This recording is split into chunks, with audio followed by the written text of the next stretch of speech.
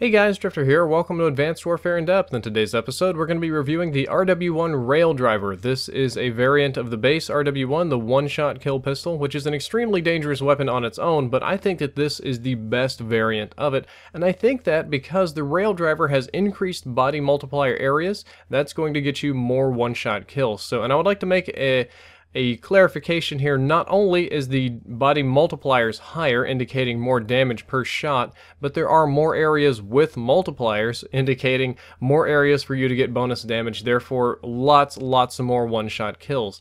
This is also going to increase the effective range of the pistol. Now, it does not have an inherent range buff. The damage drops are the same, but because you have higher multipliers, it'll deal more damage over range, because, you know, if you hit somebody with like a 1.5 multiplier, it's going to be more than 1.3 or 1.4, etc., etc.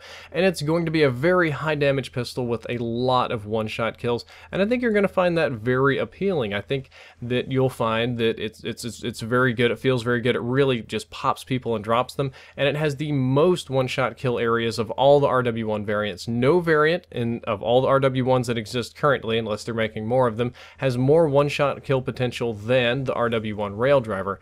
Unfortunately, it also has greatly increased idle sway. So if you look on the little gun stat chart thing, the in-game thing, which is often very deceptive, you'll notice that it has a lot of negative points in accuracy. Since it's a one-shot kill pistol and the recoil is essentially negligible because it's always going to resettle before you have to go through the long reload animation and shoot it again, instead of actually giving it more recoil, which would be nonsensical, they gave it increased idle sway. And I'm going to do a side-by-side comparison here. This is a side-by-side comparison of the normal RW1 and the Rail Driver. If you look carefully, you'll notice that the Rail Driver not only has more sway, but it sways faster and is at center less often.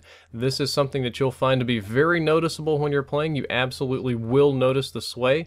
It'll actually feel kind of like it's less accurate, basically because when you aim down sights, it's not going to be centered to your crosshairs as often, and it's going to drift to the side more often than not, and it'll actually cost you a few kills. It was something that I personally thought would be negligible. I didn't think I would notice it. I didn't think anybody would care, but after playing with it, my experience is that I did notice it, and it did cause me to miss a few times and hit legs or arms or something when I should have been hitting chest.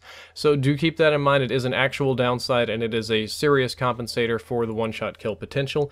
However, I still feel that the RW1 Rail Driver is an excellent variant, and perhaps the best variant, because even though you do have the accuracy problem, it has the most one-shot kill potential of all of the RW1s, which is what you're looking for with this pistol. With the RW1, you just want to get as many one-shot kills as possible, and I feel that this will deliver that to you. I feel that'll deliver the core value of the RW1 to you, and that's what the Rail Driver is best at. You're just going to have to be a little bit more careful with your shooting. You might not be able to kind of panic shoot as much, as you're going to have to shoot it a little bit controlled just to make sure that the sway doesn't get to you. And I feel that it's best with advanced rifling or with the combat knife, or both. I'm not often running a secondary gunfighter, so I usually just slap advanced rifling on it and I'm good to go. But considering the fact that it's a close range pistol and usually you're going to be up in people's faces using it, the combat knife is also an excellent option. Well guys, that's all for this episode of In Depth. I hope that you enjoyed it and learned something useful. If you'd like to check out the previous episode that was on the fast swap technique, the next episode is going to be on the SN6 money, and as always, if you enjoyed, don't forget to like, favorite, and subscribe.